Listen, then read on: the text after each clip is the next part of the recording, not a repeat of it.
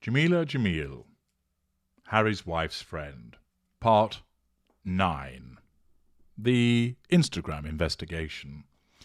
Hello, I'm H.G. Tudor, continuing an examination of the evidence in relation to determine what is Jameela Jamil.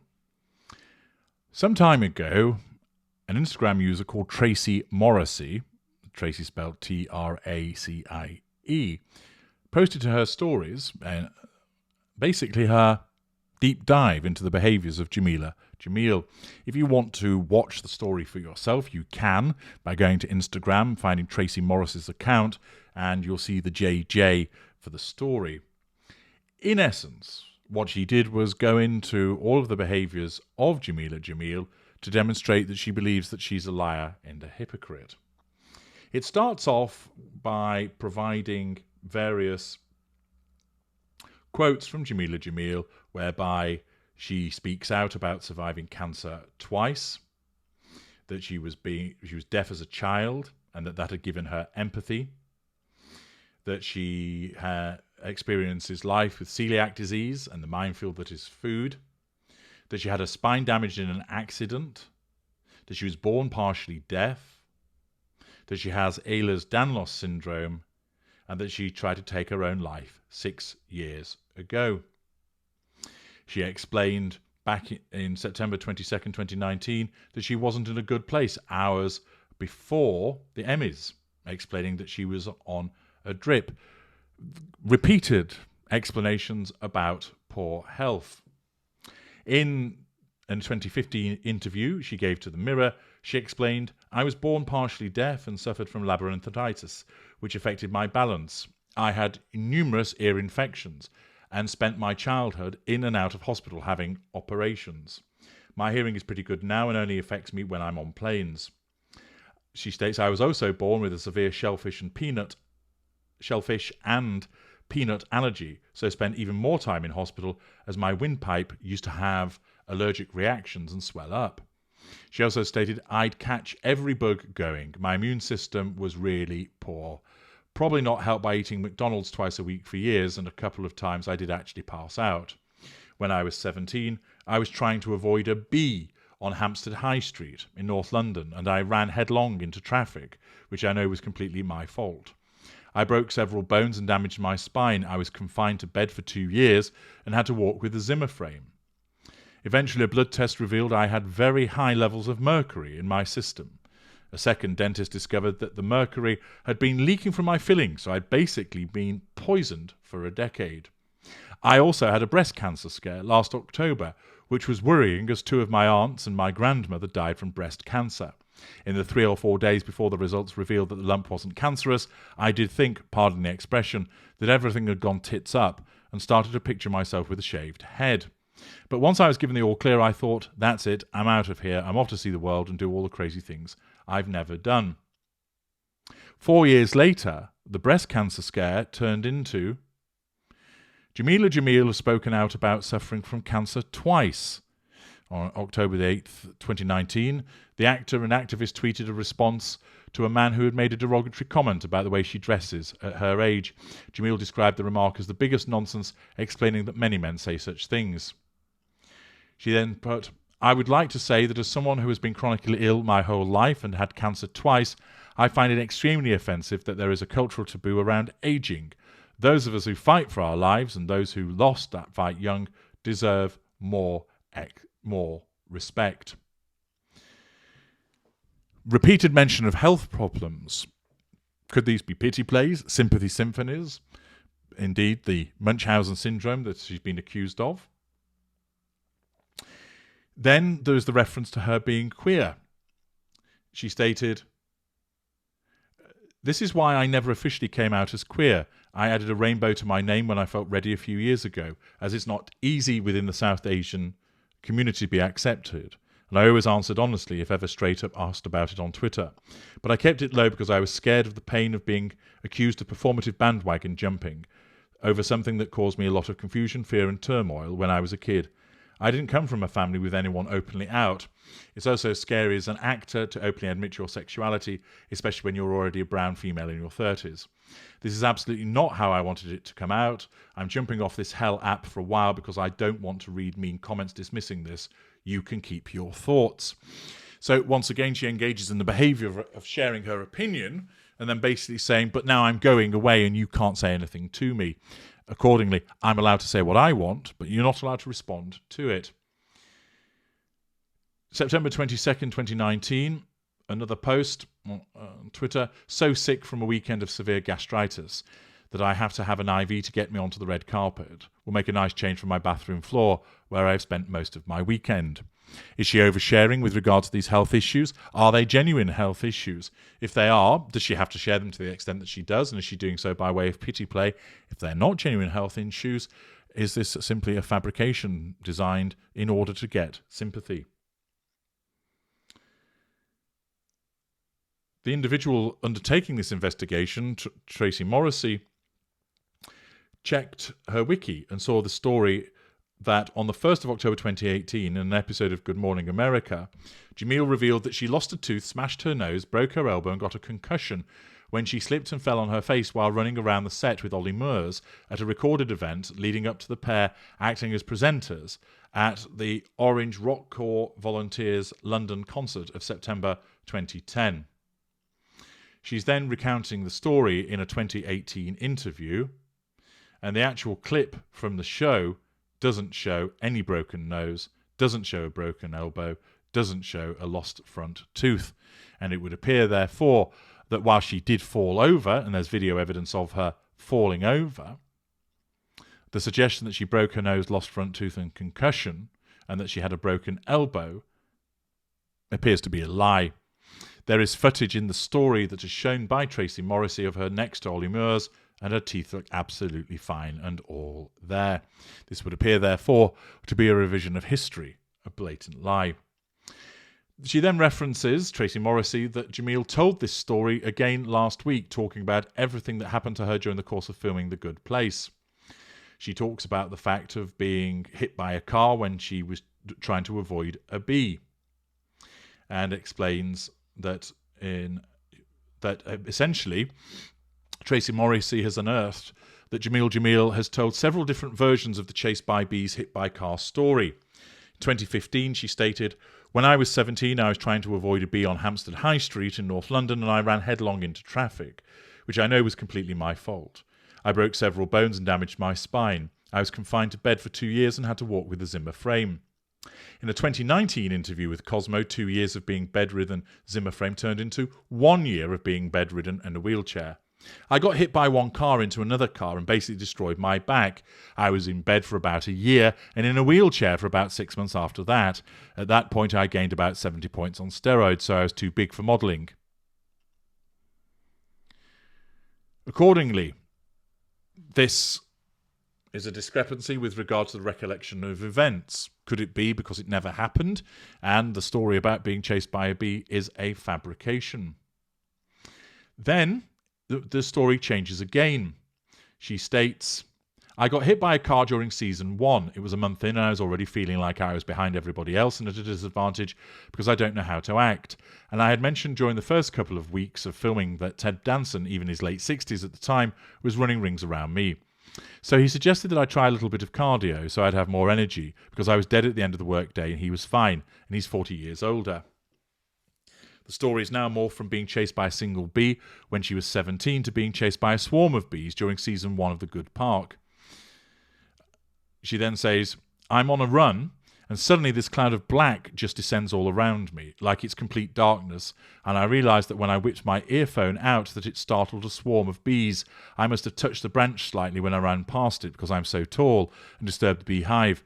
I was so clearly not a threat to them, but they were just furious. And so I lost my cool and started running into moving traffic. I was terrified. I was fighting for my life and I just ran out into the road. I thought, this is going to be it. I wasn't going to stand there and get stung, so I started running at speed as fast as I could into the street, and someone started slowing down as they saw me. They saw a woman running into the street with what looked like a perm of bees, but they still knocked me over. I went down and the bees came down all over me, so I got back up and ran again. They were trying to sting me, but at least I was covered in clothes. And suddenly this cloud of black just descends all around me like it's complete darkness. And then she starts saying, again about the fact that she was stung by these bees. So the bee story changes 3 times. Then there's a story in 2018 of her breaking her arse. She shares with fans how she broke her derriere. She says there's a 2013 version of the broken butt and broken arm tooth story, except she also included that she broke 3 ribs. I've fallen over and broken my ankle and slipped down the stairs and broken my coccyx. 2 years ago, I was interviewing Ollie Muirs and we had a paint fight. I slipped and broke my fall with my face. I lost my front tooth, broke my arm and 3 ribs and got concussion. So now 3 ribs had been added to the accident. I used eyelash adhesive to stick my tooth back in, then carried on filming. I was either a trooper or an idiot. Tracy Morrissey then goes on to state, so we're always hearing about how Jamil started as a model, big part of her origin story. The industry was unhealthy, body image, yada, yada, yada. In People, Jameela Tamil has opened up about how a very intense car accident had a roundabout way of saving her life. The Good Place actress 33 was 17 at the time and embroiled in the modelling industry. She now speaks out against promoting a life of disordered eating habits from a young age. I only modelled for a while and then I got hit by a car and ended up in a wheelchair, which probably actually saved my life, she told Cosmopolitan. Otherwise, I probably would still be a model with an eating disorder. From a 2013 interview with Independent, she writes, she admits to being partial to a short skirt and her long legs, clad in polka dot tights, have helped support the idea that she is a former model. It was more false PR. I was a model scout, she says. I was never a model, but they just dropped the scout. That job with London model agency Premier was one of many she took after her education was curtailed by injuries she sustained in a traffic accident at the age of 17. Then she writes, I worked in a video shop at a mystery shopper, stacked shelves for a while, did painting and decorating, and fell off a ladder twice. Then I was a model scout for Premier, basically working free for a year, which led to me becoming a model agent. Then in a 2016 HuffPost article, when I was a model at 15, I was eating 1 red pepper a day, and if I had a big day of castings, I would survive off a bag of Haribo, which gave me the 500 calories a day that would keep me alive. I was congratulated daily on my appearance. The more vertebrae upon my back you could count, the better my auditions went. By 16, my periods had stopped completely. By 17, I had bed sores on my hips and lower spine. In a 2013 interview, she states, I was never a model. Then, as a response to this, she states in a tweet, I was a model and a model agent, and a lot of my friends are still models and agents, who are all struggling and ongoing unrealistic standards of this industry you benefit from, which is why you are fiercely defending it and asking me not to call out its devastating wrongs. Again, in the 2013 interview, she states, I was never a model. Tracy Morrissey reports on the fact that Jameela and her mum don't speak, and her mother tweets about it constantly. Her mother then lists all the things that are wrong with herself. This is from the 13th of May 2019. Addison's disease, brain aneurysm, brain hemorrhage, Ehlers-Danlos syndrome, history of domestic violence, malaria, 19 operations, postpartum hemorrhages, PTSD, rheumatic fever, strokes, tinnitus, trigeminal neuralgia, typhoid, osteoporosis, osteoarthritis, vertigo, and vitiligo. Then Morrissey unearths the fact that from Jameela Jamil's Insta stories, she posts peanut butter filler, writing, life will never be the same again, but then makes reference to her having a peanut allergy and states from a 2015 interview again. So we have there saying she has a peanut allergy, but then she's eating peanut butter filled pretzel nuggets, which appears therefore to be a hypocrisy. We then have her making reference to more bee chasing. This is from a 2015 interview. We were doing an interview in this mansion in Hollywood Hills. It was open air, and there was a massive feast that we'd laid out for Mark, Jamil told The Sun. This huge cloud started coming towards us. We couldn't work out what it was. It turned out to be the biggest swarm of killer bees that I've ever seen. They descended on the buffet. We had literally seconds to run into the house and get behind the glass. Jamil added that it was every man for himself as they raced away from the swarm. It was the most scared I've ever been. I didn't know what it was, and then suddenly I was like, oh my God, it's killer bees. Those are killer bees. I just ran. Food flew everywhere, and I destroyed the whole set. It was terrifying. We were both there and we just ran for it, she said. Neither of us tried to save each other. It was every man for himself. It was like 500 bees. It was horrible. I would never have let a man down, but we both turned into Usain Bolt. Mark Ronson says it was maybe one or two individual bees that approached slowly, and we walked slowly inside. Accordingly, there's a contradiction between what Mark Ronson has to say and Jameela Tamil, who appears prone to excessive exaggeration. She then, as a apparent mental health advocate, turns on Tracy Morrissey by stating in a tweet, "First I'm lying about my sexuality, now I'm being accused of Munchausen's by an unhinged idiot who didn't even realise in all her research that my car accident and injury stories are different because they were about two separate car accidents 13 years apart. You can keep it." There's then reference again to her being a model. In a tweet of the 15th of October 29, I was a model and a model agent. Then in the 9th of September 2018, I wasn't a model, I got scouted at 15. Then the 12th of October 2019, she's a model again. I've never hidden that I was a teen model. Then again, 3rd of August 2019, no, I never get paid to appear in magazines ever. Models do. I'm not a model. I'm a writer and an actor. 28th of August 2015, LOL, Uber driver just asked me if I was a model. I laughed and said no. He then said, yes, I suppose they are much skinnier than you.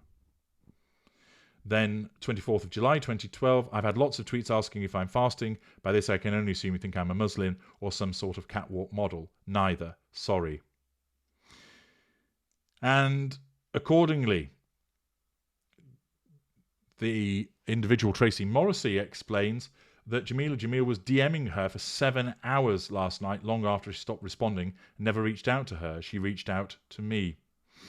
And then Jameela Jamil is on her Instagram saying, some weirdo stalker started a viral conspiracy thread on my having Munchausen's apparently. She thought that because my car accident stories were different, that's because they were about two separate car accidents 13 years apart. In her rush to bully and drag, she forgot to read. But after a few hours of feeling upset that I'm being gaslit and targeted for harassment, I sort of realised, oh, okay, some people have sad, empty lives, and doing this gives them some sort of purpose.